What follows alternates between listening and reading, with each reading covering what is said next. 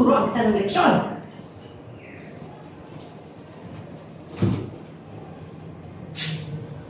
Kamay mo! Kamay!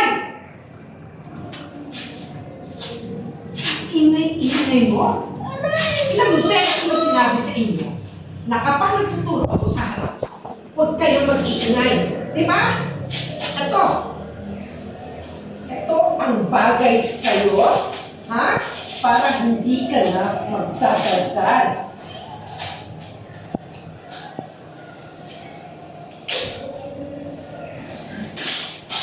Sabihin ka!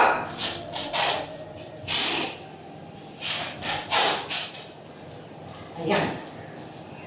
Ayan! Para matuto ka ng leksyon, ha?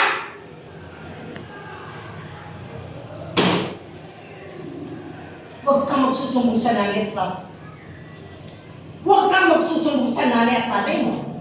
Dahil hindi ako natatakot sa kanila.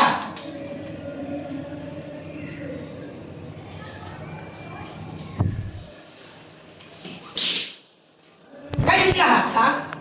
Makinig kayo. Oras na may magsumbong sa inyo, lahat kayo damay. Lahat kayo, tatalian ko yung mga kamay nyo at lalagyan ko ng masking tape ang mga bunganga nyo. Naiintindihan nyo? Ano? Hindi ko marinig.